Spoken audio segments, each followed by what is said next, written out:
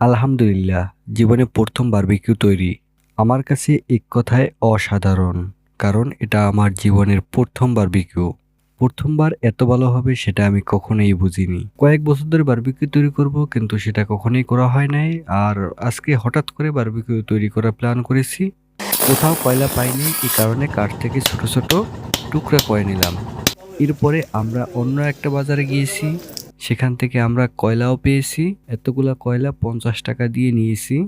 এরপরে আমরা মুরগি কিনলাম, এরপরে মুদি দোকান থেকে অন্যান্য সদাইগুলা নিলাম। চিকেনগুলা রাখার যে খাঁচা বা জালি, সেটা আমরা কোথাও পাইনি। এরপরে আমরা সাইকেলের স্পক নিয়ে নিলাম। সাইকেলের স্পক ছোট, এ কারণে আমরা লম্বা করার জন্য দুইটা জোড়া করে দিলাম। এরপরে একটার উপর থেকে একটা নিয়ে নিলাম। অন্যরা কয়লায় আগুন ধরানোর চ্যালেঞ্জটা নিয়ে নিল। 4 সাইডে ইট দিয়ে নেবেন, এরপরে কয়লাগুলা রাখবেন। আমরা প্রথমে যে কাঠগুলা টুকরো করেছিলাম সেই কাঠে কেরোসিন দিয়ে এরপরে আগুন ধরালাম। কারণ বাজার থেকে যে কয়লা এনেছি সে কয়লা ভিজা ছিল, এ কারণে আগুন ধরাতে অনেক কষ্ট হয়েছে। আপনাদের কয়লা আনার প্রয়োজন নাই, আপনারা এরকম ছোট কাঠ দিয়ে আগুন ধরিয়ে নেবেন, এরপরে কয়লা হয়ে যাবে। আর ফ্যান দিয়ে আপনারা বাতাস দিবেন, তাহলে আগুনটা বেশি জ্বলবে।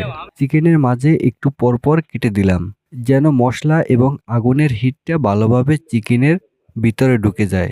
প্রথমে দিয়ে দিলাম আদা, এরপরে রসুন, এরপরে ধনিয়া গুঁড়া, পরিমাণ মতো হলুদ, পরিমাণ মতো মরিচ, রাঁধুনি বারবিকিউ মশলা পরিমাণ মতো দিয়ে দিবেন। মশলার প্যাকেটে লেখা আছে কতটুকু মাংসে কতটুকু মশলা দিবেন। এরপরে 2টা ম্যাগি মশলা দিয়ে দিলাম, টমেটো সস দিয়ে দিলাম, সরিষার তেল 100 গ্রাম দিয়ে দিলাম। এরপরে সব মশলাগুলা একবারে মিশিয়ে নেবেন।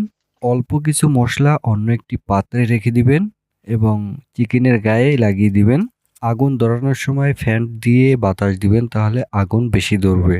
এরপরে লেবু দিবেন, লবণ দিবেন, ভালোভাবে মাখিয়ে ফ্রিজে অথবা ঠান্ডা জায়গায় 30 মিনিটের মতো রেখে দিবেন। ইটের সাইডে একটু ফাঁক রাখবেন, সেখান থেকে ফ্যান থেকে বাতাস দিবেন। ইটের উপরে খাঁচা বসিয়ে দিবেন, চিকেনগুলা খাঁচার উপরে রেখে দিবেন। 7 থেকে 10 মিনিট পর পর উল্টিয়ে দিবেন। অন্য পাত্রে যে মশলা রেখেছিলেন সেই মশলার মধ্যে একটু সরিষার তেল দিয়ে দিবেন। এরপরে এই মশলাগুলা ব্রাশ দিয়ে চিকেনের উপরে লাগিয়ে দিবেন। আমাদের বারবিকিউ তৈরি করা শেষ হয়ে গেছে, এখন পরিবেশনের পালা। এই দেখেন, আমাদের বারবিকিউ খুব সুন্দরভাবে হয়ে গেছে। 1 কেজি আটা থেকে 24-25টা রুটি তৈরি করতে পারবেন। বারবিকিউ চিকেনগুলো ভাগ করে দিলাম, এরপরে সস দিয়ে দিলাম। খুব সহজে এভাবে গ্রামে বসেই বারবিকিউ তৈরি করতে পারবেন।